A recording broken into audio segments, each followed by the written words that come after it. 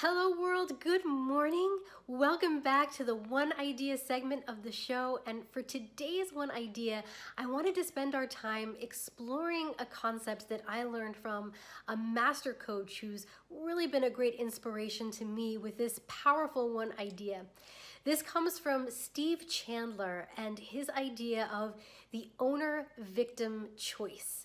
And in the show notes, check them out. I'm going to include the link so you can listen to the audio lecture he's recorded about this. It's about a half an hour long, totally worth listening to.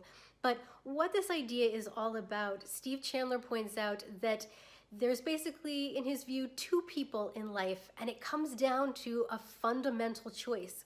The choice to be either an owner or a victim. And however you choose for your fundamental or primary orientation can determine the success you experience and the kind of life you end up achieving. And to start to flesh some of this out, the difference between the owner versus the victim. The owner is someone who takes full responsibility for their energy, for their responses. They see life as a gift and are asking, how can I use life? They're focused on, what can I do? As I said, it's about this idea of taking responsibility to make things happen. Whereas the victim sees life as something to get through. They're focused on who to blame. It's about denying or avoiding the responsibility and placing the blame on others. Now, I think this idea has a lot of really interesting implications for all of us entrepreneurs. As entrepreneurs and founders, we, by definition, are the owners of our businesses and our ventures. But I think understanding in greater detail this owner versus victim distinction can even help us as we become leaders in our businesses.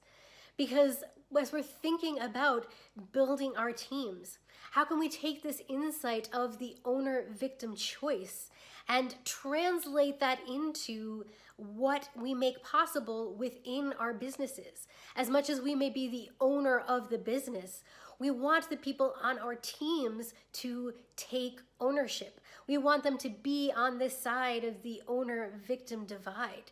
And there are, I think, really interesting ways that we can go about encouraging others to choose to be owners, rather choosing to be victims.